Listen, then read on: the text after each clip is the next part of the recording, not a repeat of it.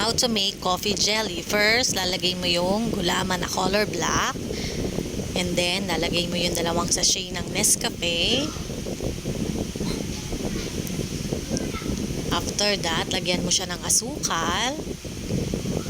At pagkatapos ay i-mix-mix mo lang yan. Mekos-mekos. Pagkatapos niyan ay ilalagay na natin siya sa kalan at hintayin siyang kumulo. After, i-set aside natin siya. Alamigin muna natin hanggang sa tumigas ang gelatin. And then, magmi-mixture tayo ng Nestle cream. And then, nag-add ako ng creme densada. Mag-add ako dyan ng creme densada. Excited!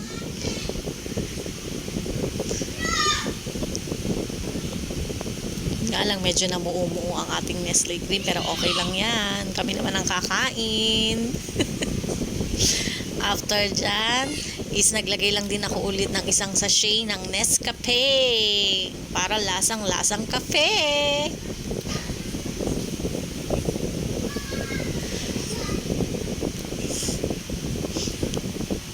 Mekos-mekos lang din natin ulit yan.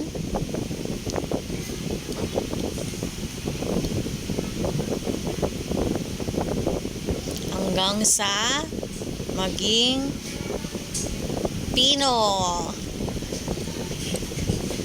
Ayan na siya. After that, is yung gulaman naman tayo. Isiwa-hiwain natin hanggang maging kwadrado. Kakainin daw ni Ate Ninya. Sana kainin niya ang ating coffee jelly. Ay, hiniwa-hiwa mo. Hiniwa-hiwa. Hindi, tapos na yan. So, Ayun lang. After nyan is lalagay na natin siya sa ating mixture.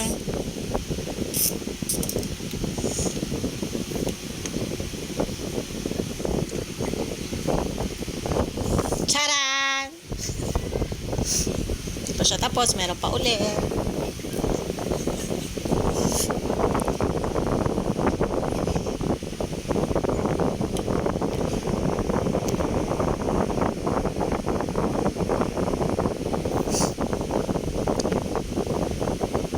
Ayan na po ang ating coffee jelly!